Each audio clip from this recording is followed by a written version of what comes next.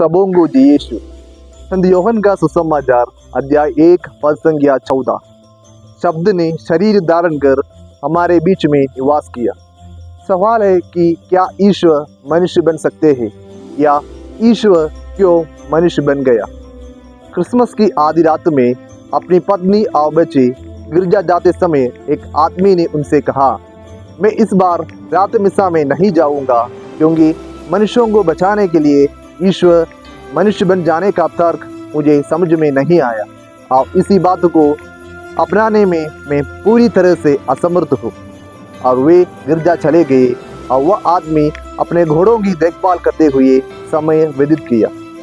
और वह बाहर देखने पर कुछ कबूतरगण कड़ाके के सर्दी में घूम रहे हैं और नीचे ही वह इस सर्दी में मर जाएगा।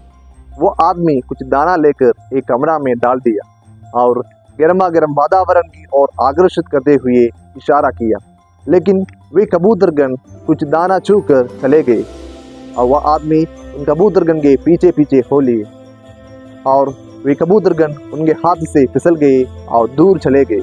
और आखिर वही हुआ, उनके सामने वो कबूतरगण एक एक कर गिर कर मर गए।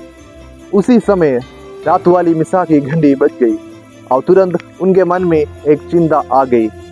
यदि मैं इन बेचारी कबूतर की भाषा जानता था तो उन्हें बचा सकता था। और उनके मन में एक दूसरा चिंता आ गया और उसको क्रिसमस का अर्थ समझ गया। वह स्वयं बोला, यदि ईश्वर मनुष्यों को बचाने के लिए मनुष्य की भाषा जानता था, उन्हें बचा सकता था।